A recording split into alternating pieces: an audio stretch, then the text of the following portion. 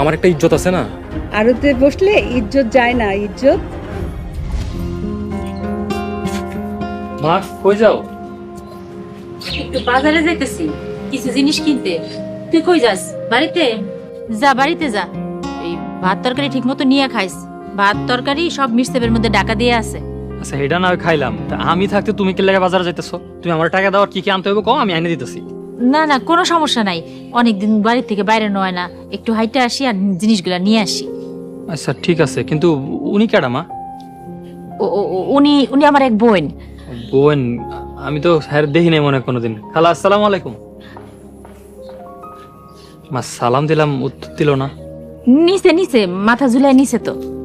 আচ্ছা বুঝতেছি না মা, সব কেমন জানি উল্টা পাল্টা লাগতেছে। কোনো সমস্যা হয়েছে মা?